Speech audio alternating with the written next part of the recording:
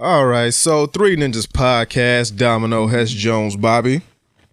And right now we have on the phone, we have writer, actress, comedian, and the first Disney character to appear on our goddamn show. We have Dani Fernandez on the phone. Yeah, thanks for having me on.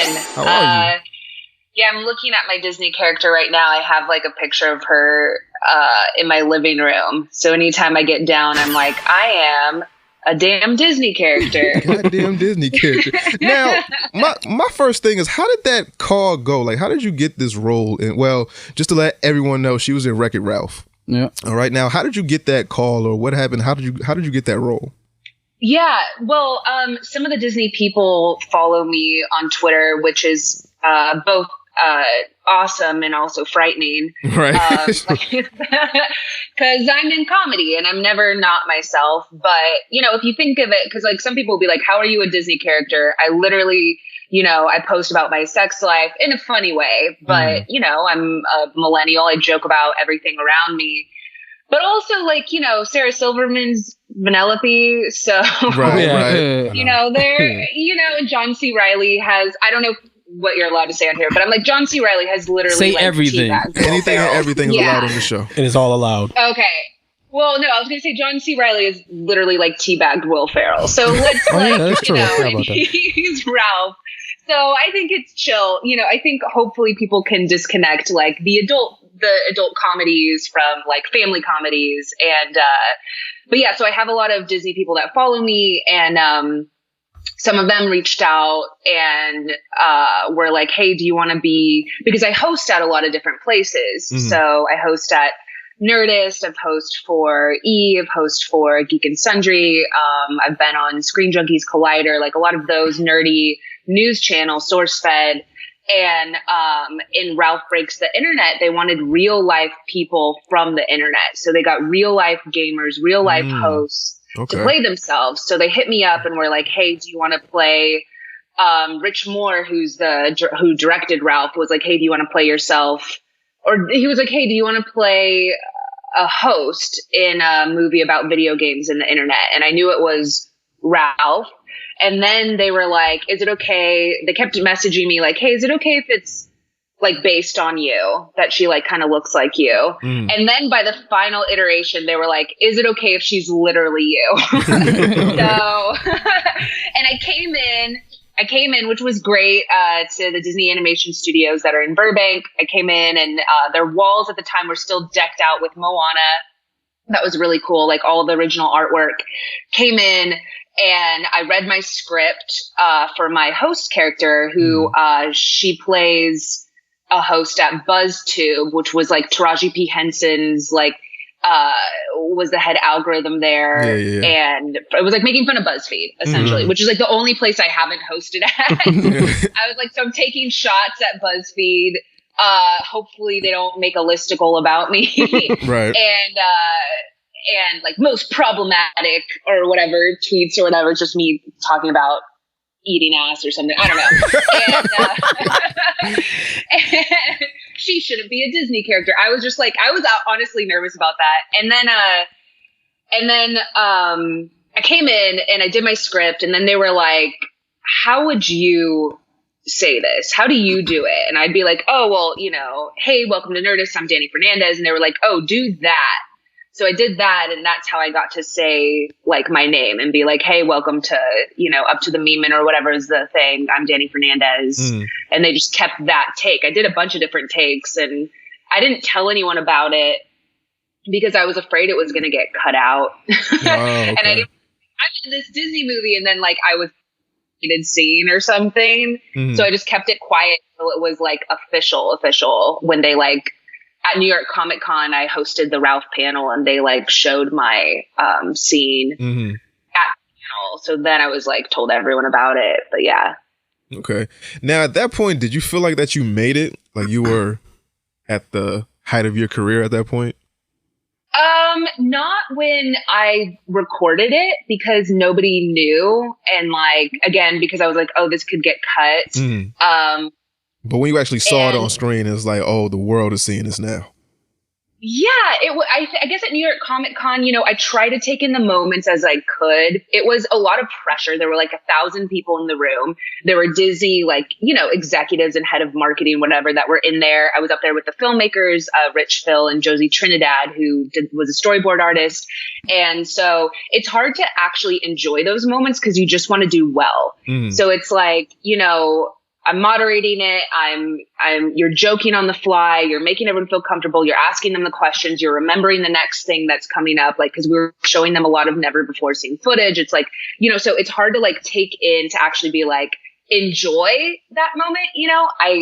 I'm in therapy and I try to clock, I try to teach myself how to clock moments. So I'm not just racing through life and actually being in the moment. So I would say afterwards, I did such a good job on the panel that they asked me to do press. So that was a moment where I felt like Johnny Carson, when you're like a comedian, you do so well, he asked you to be on the couch, because right.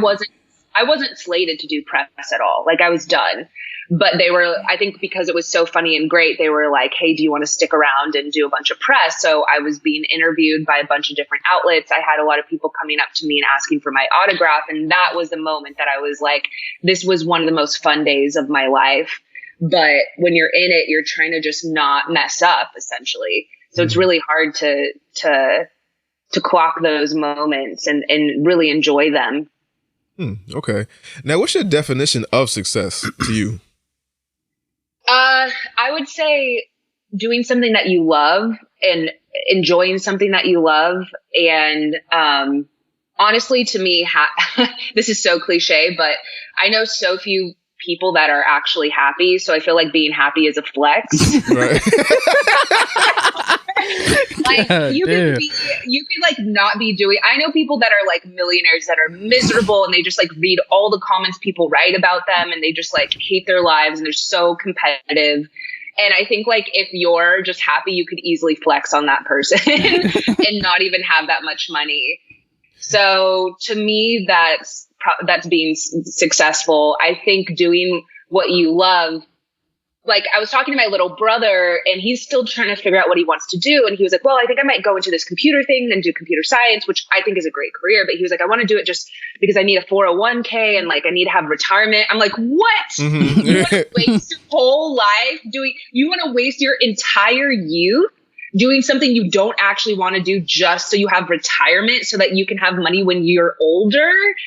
I was like, what do you actually want to do? And he's like, well, I want to be a chef. But I'm like, then do that. That's absurd that we ingrain it into people's heads that they have to do something that they don't love just so that they can retire with money. And I'm like, but also what if you marry someone that has that steady, you don't know the future. You don't know, maybe you'll open up a restaurant and you'll have retirement money. You have to do something that you're passionate about. It just made me sad to hear that I think a lot of people feel that way. You know what that reminded me of, that Kanye skit? You know what I have to keep me warm? My degrees. That's true. But I mean, and I'm not just whenever people ask me about going into entertainment, I'm like, do not quit your day job. Right. That's the quickest way, I think, to get knocked out. Your day job allows you to live so that allows you to pay your rent so that on the weekends you can pursue your creative life, or on the nighttime. And then eventually, hopefully you rack up enough credits or a resume or whatever that you can move full time. But my friend Sarah Benincasa wrote a book called Real Artists Have Day Jobs. And I really recommend it for anyone that is trying to do both, because I think it's really scary when people are like, just quit your job, follow your dreams. I'm like, we was just talking about that. Yeah, we were. Follow your dreams, but do it smart, So, yeah. Now, let's get into your business. Now, Dani, where are you from? My family's from San Diego and Texas. So I'm from both. I'm from Southern California and Texas. I grew up, I was in Southern California until I was about 12.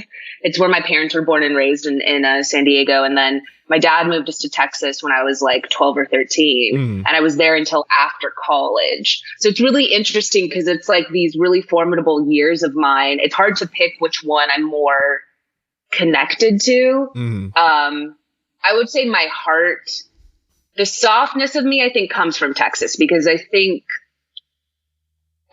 there's a lot of areas of, I would be a different girl. I think maybe because I lived in Orange County for a while, and that is really unfriendly in my opinion. Right. So, also really funny because both areas are like rich, white, conservative, just people that own boats essentially. And so they're not that different. Like San Diego actually isn't that different than Texas. But my family's Mexican, so both have a lot of that community there. But also like a lot of clashing of cultures in both those areas. So yeah, it's hard to pick which one I would say I'm more like. Now, when did you decide that you wanted to get in the entertainment industry? Because I read somewhere that you were in medicine before and you just switched over to entertainment. Like, where does that switch come about? Well, when I was in, when I was in high school, I was in creative writing. I think I got published actually in like one of those teen magazines. I used to write poems and was like so angsty. Like if you went to my MySpace, I'm sure it had like My Chemical Romance or something on it. Jesus Christ. And, well, I mean, also anime nerds, because I'm a huge anime nerd, but weebs are very angsty. They're very much like, you know what I mean? It's like the super dramatic, like Attack on Titan, like that's how I was, I think. I had a mixture of that in high school. I used to also write fan fiction. So I was like on fanfiction.net constantly. So yeah, I was like, had that angsty weeb-ish era. And, I ended up going into broadcast journalism. So I did want to do entertainment in some regard. But at UT, where I went to school at the University of Texas, they only take like a certain amount of people in broadcast journalism because they actually place you at a station. So you have to like be in Lubbock, Texas or something, like, you know, butt fuck nowhere doing the weather or doing like the work, you know. And also Texas politics suck ass. I'm going to be honest, it sucks ass. And so some of the reports we had to do, I'm like, I do not want to talk to my senator about this. And so I needed a way to make money in college, and I went into personal training. We had a really nice, one thing about being in Texas, well, anywhere, any college, is that all the money goes to sports, to be honest. All the money goes to sports. It was really funny because we'd have like our football players, like the Longhorns would be in my class, and they're just in like Nike track, like, you know, like different suits per day. I remember one of the players was like, yeah, you know, the school pays for my books. And I was like, no, I pay for your books. We here in this classroom pay for your books. You better go for 100 yards. Put some horns. But yeah, so I was I went into personal training. It was a lot of fun. A bunch of my friends were doing it. Plus you got to like work out with the athletes. And then I just moved that to my career. So I ended up working in a hospital because I worked in physical therapy. But it was rough. It was, working in a hospital, people die, like straight up people would die like every day. And I'm like, this is not like working out at your, school gym. Right. And it just it wasn't meant for me because there were people that really loved doing it. They would wake up and they were so excited to go work at the hospital, and I just hated being there. I think Tom's going to kick the bucket today. Yeah. Well, I don't know. I mean, there is a level of respect, obviously, when you work in that field.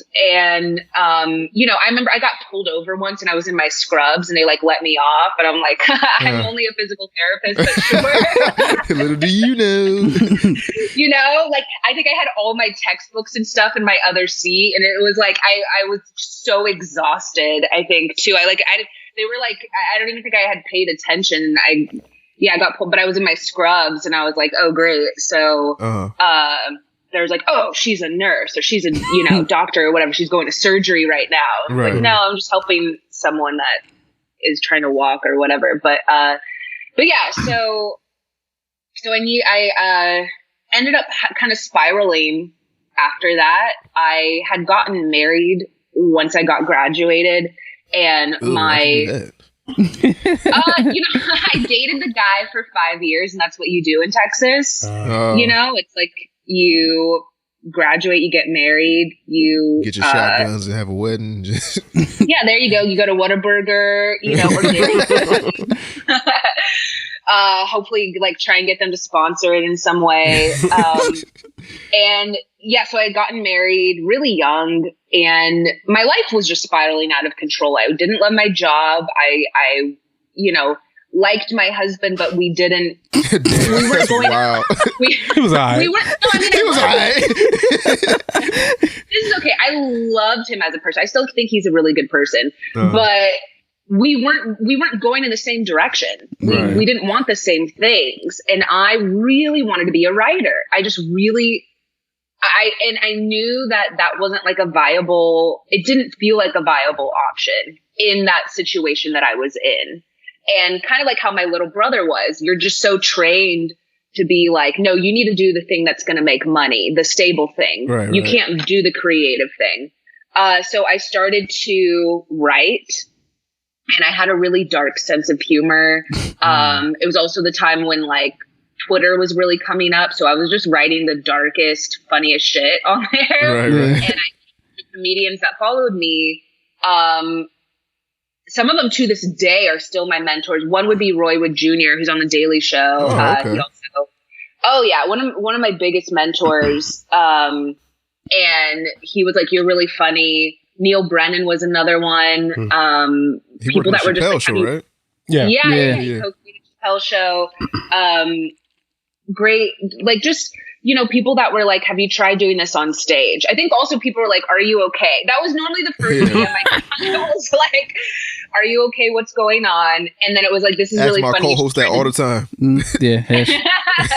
Like, yo, you okay, bro? You need to talk? You need a hug, man? Yeah, of course, all the time. And then I started to do it on stage. Yeah, I started to do stand up. I had a writer, a successful television writer, that called me and was like, "You will regret. You have such a funny, unique voice. I think you're going to regret if you don't try this." And so I was like, "Fuck it, I'll do it."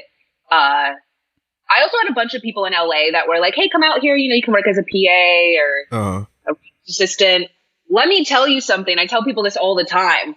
Don't bank on those jobs. When I got to LA, it was like all of a sudden it was all those jobs that were promised to me were gone. And I was like, ass. It was, but I ended up I responded to a Craigslist ad the first week I was in town, and got a job at the Ice House Comedy Club, which was at the time, I think it still is, but it was Joe Rogan's home club.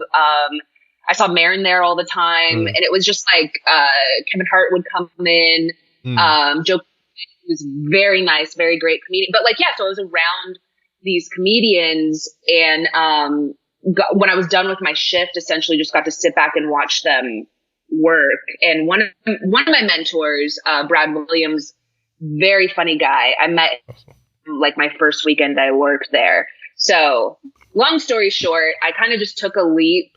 I also drove my resume to the Ice House. It's like 45 minutes from where I lived in LA. And I knew if I just responded on Craigslist, it wasn't enough. I wanted them to see me. I wanted them to be around me. And I just wanted the job so badly. And they said like 200 people applied, and they gave it to me. So I was glad that I had gone in person and made a difference. But it's like little things like that I think, it's like 90% where you're at, and then like just 10% a little bit of luck. I think there's like a little element of luck to every, I think, success story out here. Okay. So you leave Texas, you go to LA on a whim, basically. Now, when do you actually feel like you're in LA for the right reasons and you're doing something that you're meant to be doing? So I moved here in 2013, October 2013. It wasn't until 2014 that the first year, you're just trying to survive. I was a nanny, so I would work all day as a nanny, get off, then drive 45 minutes to the Ice House to work the door until 1 a.m. So you don't even have time to do it. I didn't have time to perform. I didn't have time to write. I just was trying to survive and pay my bills. And I got a break, luckily, in 2014 where one of those like listicle sites that they were really big, you know, like BuzzFeed and stuff, and college. Yeah. She were just more than that. But yeah, essentially those hit me up about writing for them. So that became my full-time job, was working in an office with other like funny writers who were way better than they've all gone on to, like, one of them writes for like Cartoon Network, another got his own show. It was like, but we all needed money at the time. So we're all just like this little incubating, like writing 28 bridesmaid fails, you know? And I also asked them to like take my name off of all of them. Right. The dumb shit I did, it was like, like 13 celebrities named Chad, number 8. Chadwick Boseman. Shit like that they made us do. Yeah. And, but to be fair, like, you know, it was great because I was around these poor struggling writers who were way better than this fucking site. But that wasn't until I felt like, okay, I'm actually able to do something in comedy in this world. The first year, everyone says, is the hardest year. Uh-huh. Move to LA or you move to New York or whatever, like you're in that creative city space. It is rough. I thought that I was gonna die. I was scarily poor. I was like, you know, you when you're poor, you take a lot of risks. Yeah. Mm-hmm. Jumping turnstiles and, you know, hiding in bathrooms on a train. Eating food. I'm like, I don't know where this has been, but, you know, like, just the ice house. Cheeseburgers, man. Cheeseburgers. The ice house was so concerned for me. They would send me home with food, like, from the kitchen. So they became like my family, my comedy family. And the comedy community really does look out for each other out here. They're a little, you know, they can be petty at times and catty, but like if somebody is, you know, sending death threats or going after a comedian, like everybody jumps on board to protect them. And I felt like for me, when I was really struggling, there's so many other people in the trenches with you. So we're all just trying to make it and really looking out for each other. So that was a blessing to be in this particular community. Okay. Now, when do you get your first big break? I guess one of my first big breaks was Geek and Sundry hit me up. They were partnering with Funimation, and Funimation owns like 500 anime titles like Dragon Ball Z, Attack on Titan, not One Punch Man, but One Piece. And My Hero Academia. They own so much. And I honestly like created my Twitter account. One of the big reasons was to follow them. And they followed me back. And I think they were like, oh, this chick tweets about DBZ constantly. And I hit them up because I wanted to go to SDCC. I wanted to go to San Diego Comic-Con, and my, you know, I have family in San Diego, and I'd been there before. And I asked them if they needed help at Comic-Con, and they said, yeah, which I don't know if you can do this to companies anymore, but, you know, back in the day, it was like they, you know, needed help. They need an extra set of hands. I would hand out t-shirts, whatever they wanted me to do. I just wanted to be a part of it. I just wanted to be close to them. Right. And they ended up giving me a mic and a camera guy just to interview cosplayers on the floor. So yeah, so that was, I don't know if you can hear, there's like a helicopter. Oh, no. I don't hear it, no. Okay, perfect. It might get really... But, yeah, so anyway, so I ended up hosting with them. They gave me my first hosting gig, which was essentially me just running around asking people about their Yoda cosplay or whatever. and then Geek and Sundry needed a co-host for this anime series they were doing. And Funimation was like, oh, we know somebody. And so they put my name in, and it was with Xavier Woods from WWE. And we were teaching anime to people. Like, if you love X-Men, you'll love My Hero Academia or whatever. And it was partnered with Funimation. So I think that was a break because it allowed me to use that in other hosting stuff to be like, oh, here, I hosted my own show at Geek and Sundry. So I would say that was a big break, because then what ended up happening was I got my own shows at Nerdist, which is their bigger sister company. And then that kind of just spiraled into a lot of the other stuff that I got. Okay. So yeah. All right. So now, because of your love for Dragon Ball Z, you started your own podcast called Krillin' It. Yeah. Right. Krillin' It. and you started that with Iffy. Now, how did that come about? Well, how did you meet Iffy? Iffy and I met at a show called Tournament of Nerds, which is a show at UCB that they have every month where you are characters roast battling each other, essentially. Oh. And I was Carmen Sandiego, battling Harley Quinn. And I forgot what Iffy was. Iffy just shows, Iffy's different. We're like have very different styles. I have to write out all my jokes. Right. Iffy is more of a character actor where he just plays the character. Uh-huh. And me, I try to play like the roast. We were talking about this yesterday because he had a Tournament of Nerds yesterday.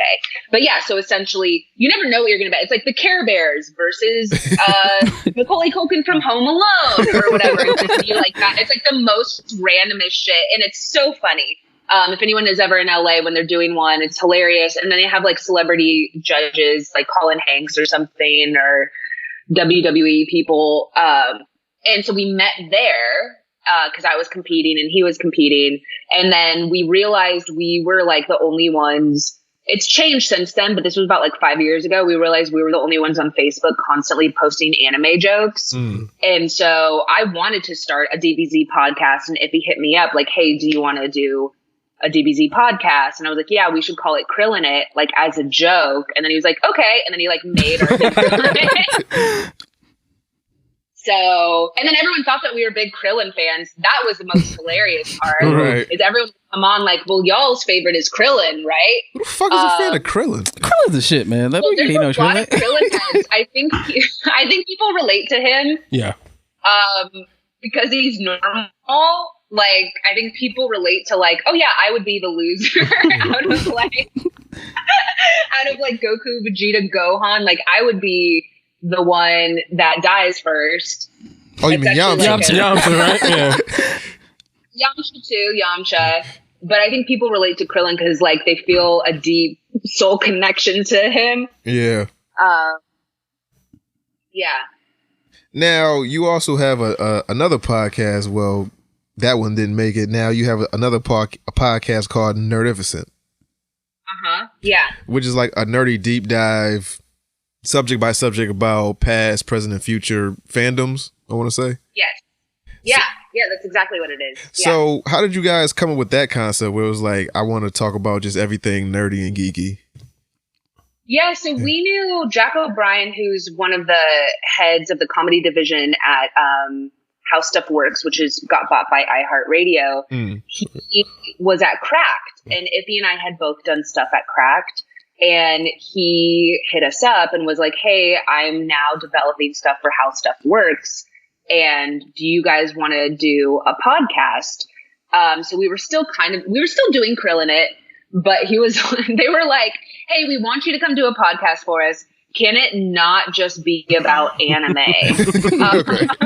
We're like, can you do something that like is broader for a broader audience? And we're like, sure. So that's what happened. We did a pilot episode about Comic-Con, just teaching people about the history of Comic-Con and where it's going. And they loved it. And so then they signed us on.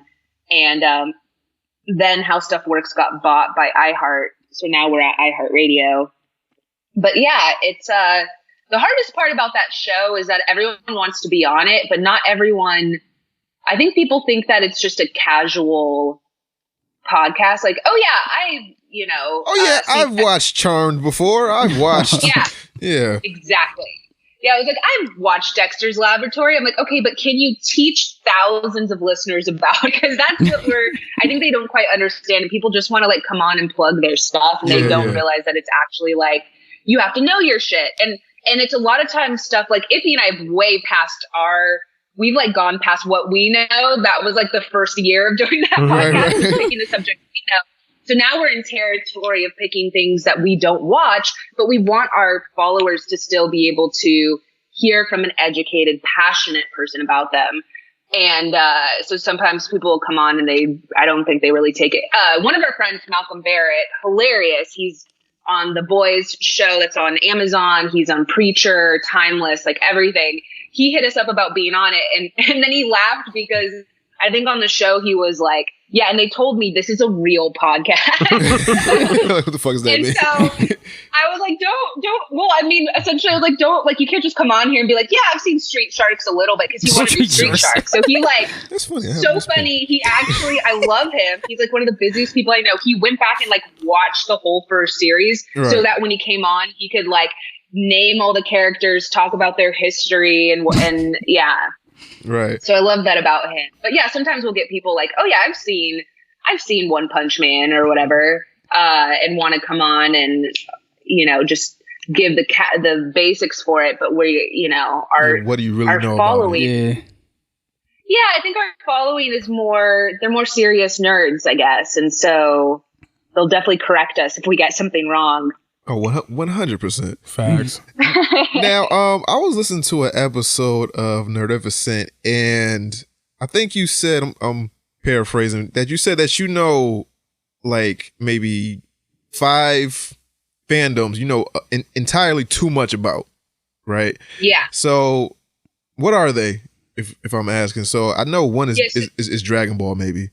Yeah, Dragon Ball, Twilight Zone. Sitting right by my Twilight Zone wall of artwork. Wonder Woman is another one. Let me see. Probably Disney. I don't know if people count that, but like even before I was in Disney, like any of those movie trivia, whatever things, like I can easily do Disney trivia in a way that a grown woman shouldn't be able to. Like, what's the name of Ariel's sisters? Like, all. Yeah, exactly. I mean, they were pulling stuff from like Atlantis out of there. I'm like, what? People forget, like, Great Mouse Detective, stuff like that. People forget about those. Iconic. And then also I would group in there Nicktoons animation or animation in general. I think a lot of times it doesn't get the respect it deserves as like some of the other shows, like say Doctor Who or whatever. But some of those quote unquote kids shows are iconic and made by really groundbreaking people that went on to be filmmakers. And those are my main ones, I would say. I definitely I talk about the MCU and I write about the MCU a lot. But I don't know if I follow, like, I don't read the comics as much. I used to be super into Spider-Gwen, but I've kind of like haven't watched much. And horror. I'm a big horror nerd. So yeah. Now, you're Mexican and Iffy is African, right? Yeah. Now, is there added pressure in this industry because you are a person of color? Like, you feel like you don't want to let us down in a sense? I think that we're in a weird position where it feels like anything we make has to have some type of social commentary to it. And we want to, but sometimes we just, I don't want to say it's that we want to forget about that, but it's like, we're not the ones that need to hear it. Right. A lot of the, like our audience and the people who would watch because Iffy and I are both TV writers. And so we're both making shows right now. And it's like the people that watch our stuff, they're already aware of it. They're already living that life. They're already, having to deal with ICE, afraid of the cops, having, being targeted by their skin color. And so it's difficult at times that sometimes we're pushed to write those stories when we want to write fantasy stories. We want to write wizard stories. We want to, we don't always want that to be at the forefront of all of our conversations. It's like being invited on a diversity panel. I'm happy to do them, but the people in the room that choose to be at diversity panels, they're not the ones that need to hear that message. Right. So it's kind of an interesting and difficult place that we're in, where it feels like we have to be the ones always having, and I'll get tagged in shit.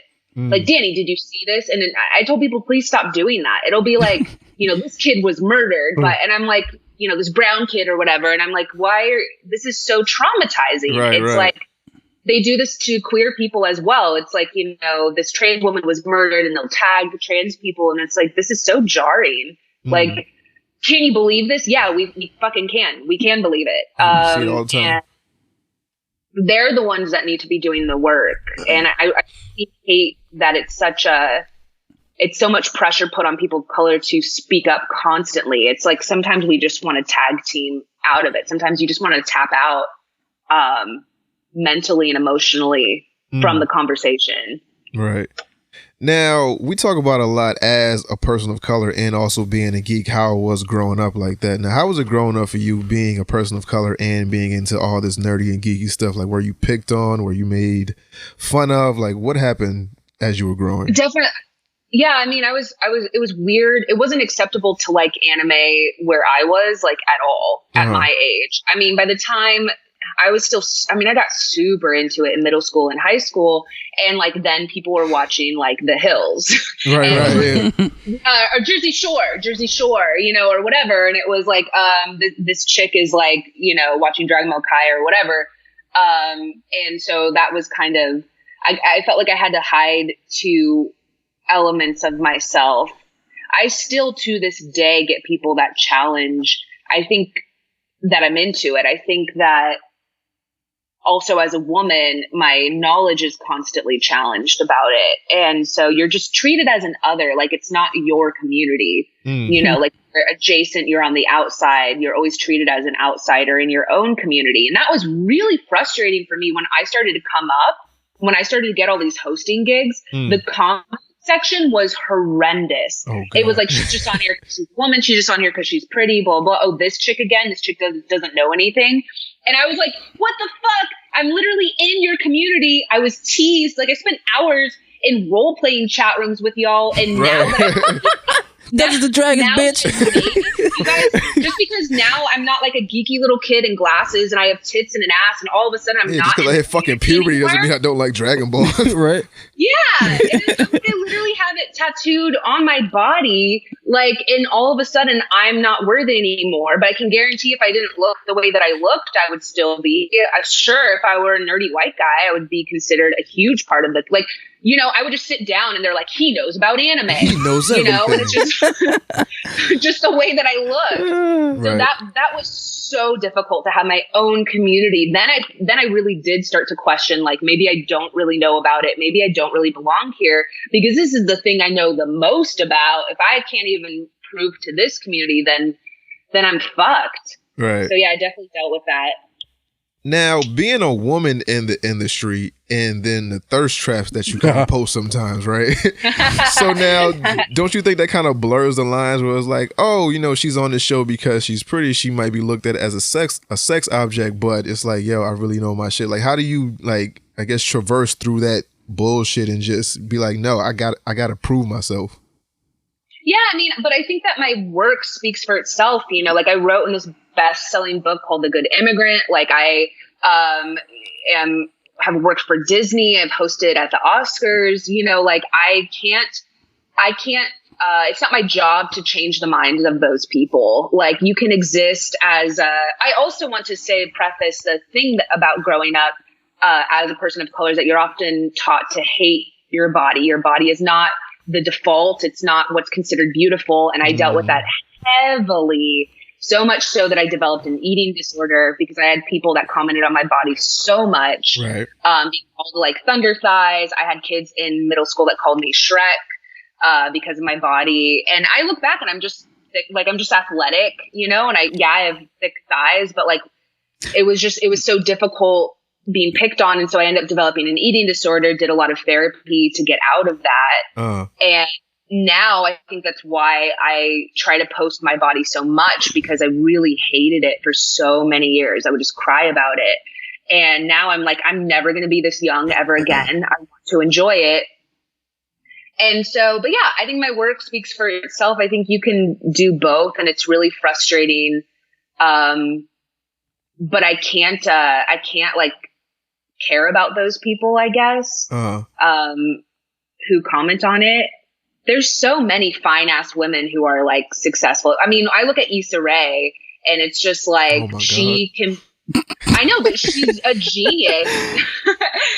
She's a genius, and she's sexy as hell, and she's funny, and she's a terrific writer, and she's sexy as hell. And it's like, you can be all of those things. And I would hate for her to hide her beauty because she thought that she needs to, tone it down in some way to make people more comfortable. I think that she's showing that you can be all those things. Lizzo fucking clapping her cheeks all the time. She's like, out there with her flute, showing off her. I mean, sometimes she's not even wearing underwear. Just body positive all across the board. Yeah. Most of the time she's not wearing underwear. She is talented as shit. Extremely creative and hustles harder than anyone that I know. Right. So it's like you can be, and she's very sex positive. So it's like you can be all those things, and it's not my job to train people. That's the thing, is people are like, well, what did you expect? Because I have people that write me. I had a guy that I shared his message. He wrote me like, can I come on you? Like, I want to show you my dick. Right. And people are like, what did you expect? I'm like, you can say it's that type of shit where it's like, he's done it because I don't know if it's worked at all, but like, it never happened. Nope, hasn't. Nope. But then I'm saying, why try it? And then second, why try it on you? Yeah. Yeah, exactly.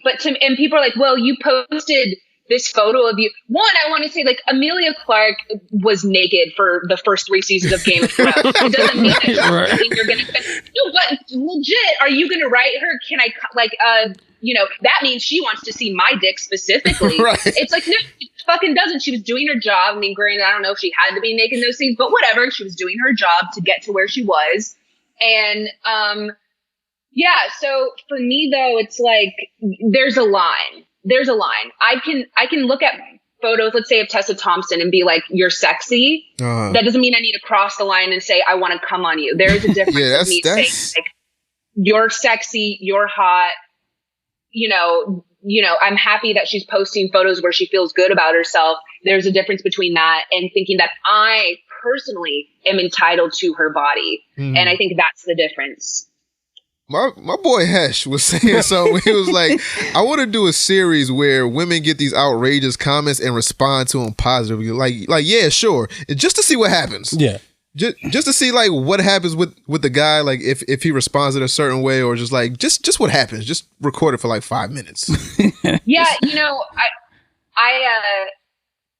I can honestly tell you that any man that has to desperately write women about coming on them is shit. They're not shit. Think about it. Because if you all the guys that I know that are good in bed, they don't fucking need to write anybody.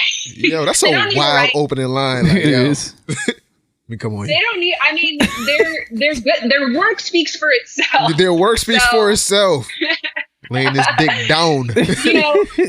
But yeah, if they're good if they're good in the bed, then they're just, they're confident enough in themselves that they don't need to write women like that. And even men that aren't confident in themselves don't need to write women like that. That's not how you gain confidence. Right. So for me, I've dated the nerdiest fucking dudes because they were funny. They were creative. I was super attracted to their art, or I was super attracted to their comedy. They were nerdy and, some of them scrawny or whatever, but I just liked that they made me laugh. And I think that's hard for men to grasp, for certain men to grasp that. No, we do actually like nice guys. We do actually like funny guys.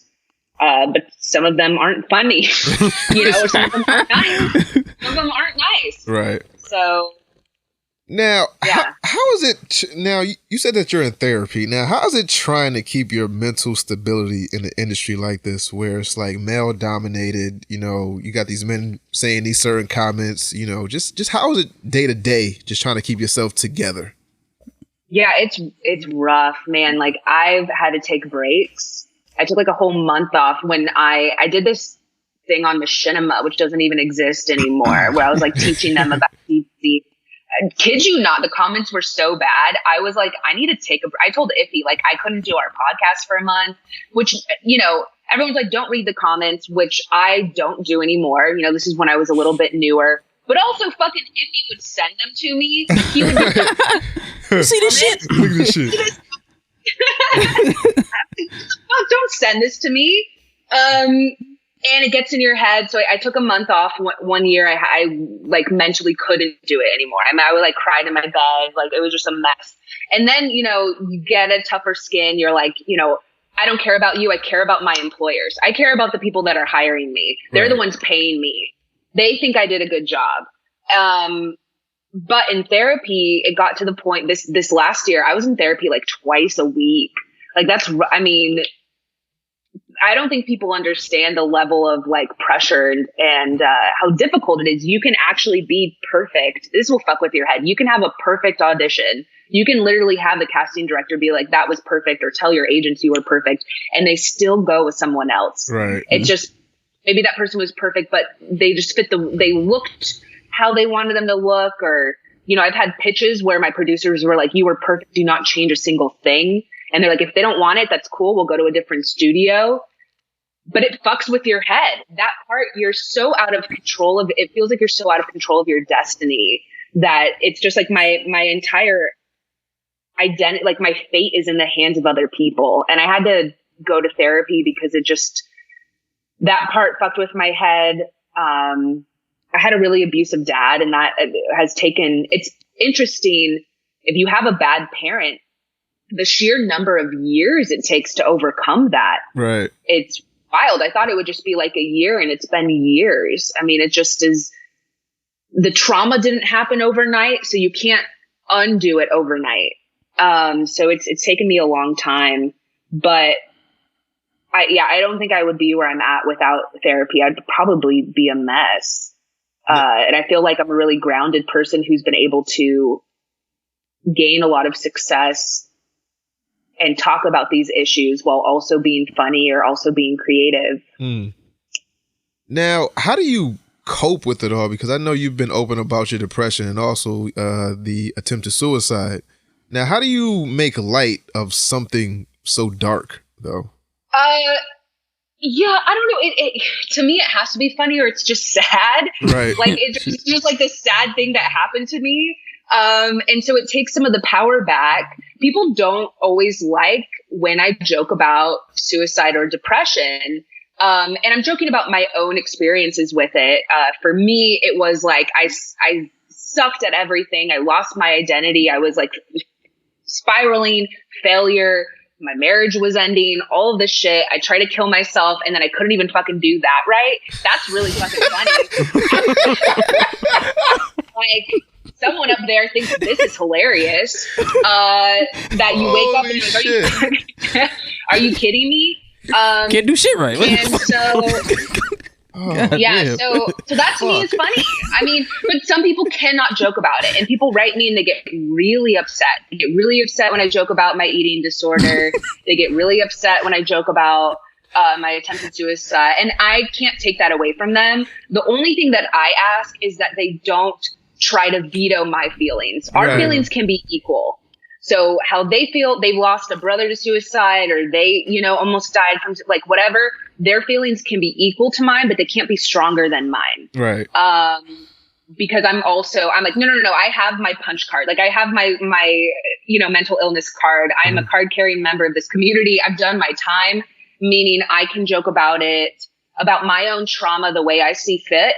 But, and you can say you don't agree, but you don't get to tell me how I'm allowed to cope with my own trauma. You don't get to veto how I feel. Right. And we try to do that a lot in the community, and I'm really tired of it. I try to be respectful. If I see people, one, I think it's funny. I think anytime someone can joke about their trauma, it takes so much work to live your trauma. Yeah. Let alone joke about it. But, there was Beth Stelling, a great comedian, very funny. She was joking about she had a very open case where she came forward about her boyfriend, who was a writer, who hit her. And it was very brave of her. It was very difficult of her to out this guy who openly beat her. And she had a joke in her set, I think, about bruising like a peach, or way funnier than what I'm seeing now. Right. That is, to me, is like, she's moved on. She's, I'm sure, done therapy. She's done a lot of work. She's moved on, but she jokes about it because that's one of the ways that we cope with what happened to us, or else it's just something that happened to us. And that's too sad for me to think of. It has to be some kind, like my rough childhood with my dad. It hurts to be in the victim mode. I have to take some of the power back from it. And comedy is a way for me to do that. Okay. Now, have those thoughts subsided, or do they ever subside? Yeah. I definitely think, they're cyclical. And that's something I kind of feel like, same thing that an addict deals with, is knowing that those cravings will come back, those thoughts might come back. But now you have the coping skills, hopefully, to help you get through them. So as before, when I would spiral, it was like, I would talk in absolutes. I would say, like, it will never get better. Now I know that's not true. I don't know the future. I can't, everyone's doing better than me. Is that true? No. I'll never find love. Is that true? No. Like, I don't know the future. So I try to talk myself out of absolutes is one of my coping skills. I have a ton of them. I feel like my body is just a bunch of little like elves that whenever I'm smiling, they're like, oh, this bitch is depressed again. We better get to work. And I'm literally, that's literally what I feel my body is. They're like, oh, fucking. So they're like just sending out their best men or whatever, to like, and then like one of their first line of defense gets like knocked down and the next line of defense pops up. And so it's like all these coping skills that I've spent years trying to master, they all come into play because I do spiral. Definitely. I don't know anyone in comedy. I don't know anyone in life, but I don't know anyone in entertainment that doesn't spiral. It's such a, when I look at our work, like, so One Day at a Time, my friend Gloria Calderon-Kellett, who's a showrunner for One Day at a Time, they were 98% on Rotten Tomatoes, had like 100,000 viewers and still got canceled. Damn. So that's what I mean is you can be like perfect and still have your livelihood taken from you. It's such a mind fuck. Luckily, they hopped on a different network, but that's just how brutal this industry is. And if you're not grounded, if you don't have coping skills, it can totally take you under. Cause it's like, what else can I do? How could I have been more perfect? So I think it's a necessary thing for a lot of people. Is your dog one way that you cope with the industry? Is like, I can come home is just like, fuck everything. I got Molly. Yeah. Molly, she's hilarious. One, she's just really, she's like that bitch. Like she just like stares down people. She has the best side eye. I remember because I've had her for 12 years now. And I would come home drunk in college and she would just be like, seriously, bitch? Like really, really again with the shit? Really? Yeah. I was dating, I'll put loosely in quotes. I was seeing this writer, brought him home, and she straight up peed on the carpet. She was just like, and she never does that. She never, I know she's potty trained. 12 years, she's fucking potty trained. She doesn't have accidents. She was just like, no. Like, no. So I love not this one. Not this guy. No. Sorry. And or she'll snore. She is my biggest heckler. Like, I will be having sex and she'll just straight up be under the bed snoring, just heckling. Like, wow, this is the best y'all can do. Like, oh my God. Hey, what's my name? Exactly. And God, yeah. So I love Molly. She's so funny. She's just hilarious. She's one of the funniest people I know. She just doesn't give a shit. But she's by me. She's definitely like, oh God. Like I think when I'm crying, she's like, okay. Again. There. Right? So, want to go for a walk? Yeah, exactly. She'll sit by me. Sometimes she'll let me like hold her paw. Sometimes I'll hold her paw when I'm crying. It's just really sweet. I've definitely been like crying in my bathtub and she'll come and sit on the mat next to me. Okay. she's great to have. She's great to just hold. And I think that it does something to our serotonin levels or dopamine when you're like I heard when you hold an animal or probably a baby or something, when you're holding another life force, it like helps you. That's dope. The chemicals in your brain. That's dope. So, Danny, what's next for you? What you got going on? I am developing a couple of shows right now that hopefully I get to announce soon, not to jinx anything. I'm like half about like, don't jinx it, and another like, no, manifest it. Yeah. So hopefully people will get to hear about that. I'm going to be at New York Comic Con, which is really cool. I think one of my panels is still not announced yet, but it's a really big panel. So I hope I get to announce that soon. And just constantly trying to create new shows, to be honest. I have so many stories that I want to tell, and I just want to get more of us work. That's my biggest dream, is like, if one of my shows takes off, then I can hire a group of, diverse writers and have actors and like actually make the thing that I want to make. Right. And I think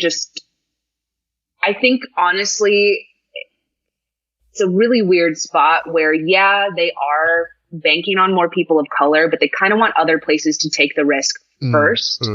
You kind of need a couple of credits or like if we're talking about Issa, she had a built-in following. Right. So it's rough. Like, white guys don't have to have a built-in following to get their own show. Right. Or to be handed a franchise. My friends and I were talking about this. Sometimes they can just direct a small indie film and then they get handed a huge franchise. It's happened to several directors. And it's just like, we have to prove ourselves time and time again. Didn't I have a Blade 2? A Blade 3 or something like that? One of the directors, they just did some indie shit and just, I think so. The Blade franchise. Fucked it up. We can carry this conversation up because I can't name some of the people I know, but then I see these niggas. And I still would love for them to cast me in their film, so I can't name them, but it has happened to many directors that it's just like they direct this tiny thing. But for us, all I want people to understand is like we are not offered those opportunities. We might direct the tiny thing, but we don't get even the coverage. If you think of like, that was what Brie Larson, who with Captain Marvel was like, hey, I noticed that all of the journalists that you guys send me are white guys. Right. That was all she was saying, is like, hey, I would love it if some of the journalists. So it's like, we don't even get the coverage. We don't even get in the room to talk to those people. Yeah. Or it's us covering, it'll be like a black publication that's covering black filmmakers, and that's great, but it's like, why aren't the white publications, the ones that are run by them, also covering the black filmmakers? Go cover like, Luke Cage. Yeah. But like, you know what I mean? It's like, it's still separated too much, and we still have so much work. We're doing the work. People of color are doing the work. It's the people that consider themselves allies. They're allies until it's uncomfortable. Like, and they're allies as long as it's still comfortable to them, as long as it doesn't threaten their job in any way, as long as, like, they're allies to a point. And I'll have people write me privately, like, I support you. Oh my gosh, when I saw you taking down that guy, whatever, I support you. And I'm like, why don't you do that publicly? Yeah. But I have to put my job on the line to call this shit out, but you guys are unwilling to. That to me is a real ally, is someone that understands their privilege. They're not going to get fired for saying it. It's a lot of work. They got a lot of work to do. We just need to keep working. We need to keep working on telling our stories. That's right. It's hard for us to tell our stories and be fighting this fight.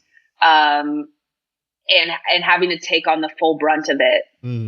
So hopefully that will change in the next like 5 years, but I still feel like it's a lot of what we call like wallpaper. Like, it's a lot of, here's a brown face, but behind the scenes, it's not brown voices. They're not allowed. Fucking bastards. And you feel that. You can tell that it's not genuine.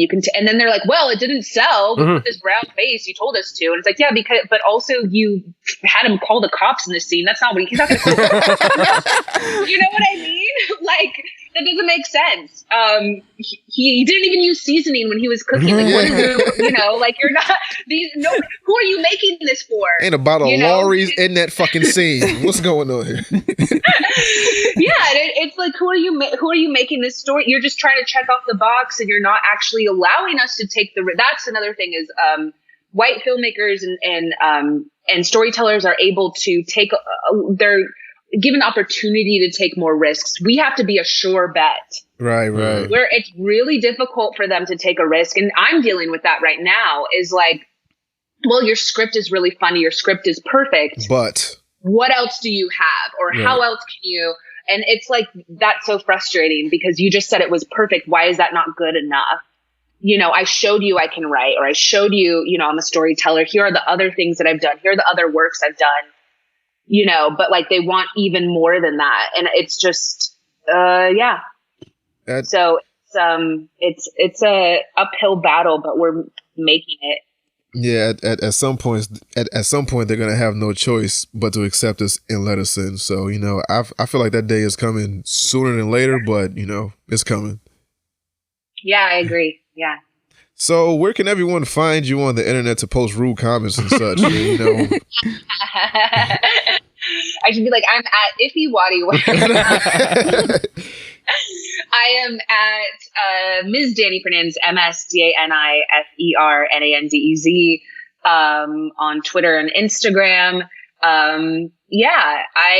Nerdificent drops every Tuesday wherever you get your podcast. That's our fandom podcast. We have some cool episodes coming up tackling different and then we're going to go into Spooktober again, with October doing more horror, tackling more like spooky franchises. I think last year we did Buffy the Vampire Slayer and the Halloween franchise, which is actually really fascinating. So those are some of my things. And I'll be at New York Comic Con. So if you follow me, I will be announcing my panels hopefully in the next 2 weeks. Yo, are we going to Comic Con? The New York one? Yes. Are we going to New York Comic Con or what? Tired of y'all bullshit. I don't know about that. Yeah, no, right? Oh, fuck y'all. I'm broke. What you want me to do, dog? Save the fucking money. Let's go. I like cheeseburgers too much. Fat bitch.